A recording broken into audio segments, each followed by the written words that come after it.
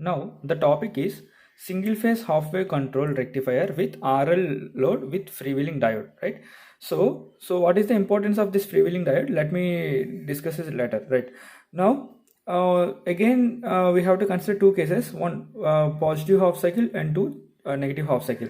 In positive half cycle, this is let me suppose this is way. In positive half cycle, positive is connected to the anode and this positive is connected to the cathode of the diode, so definitely it is going to be open circuited, it is going to be short circuited. So what is going to be happen in positive half cycle? T1 is on and freewheeling diode is off, right? So let me draw the equivalent circuit for it. So this is what the supply, right? And this is short circuited over here, and then the freewheeling diode is open circuited, and then we are having load,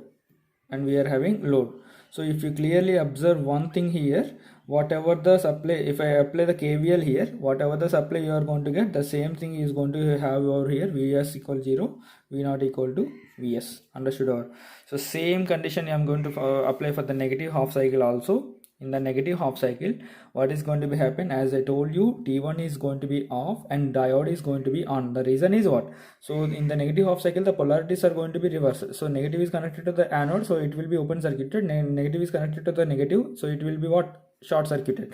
Understood? Or D1 D is, I mean D in nothing but what? Freewheeling diode. Freewheeling diode is on. So if I draw the equivalent circuit of it, so this is what the supply, and then it is open circuit, right? And then it is short circuit, and then R, and then what it is? Load RL. So RL, so this is what the load. So what is going to be happen? So this is Vs.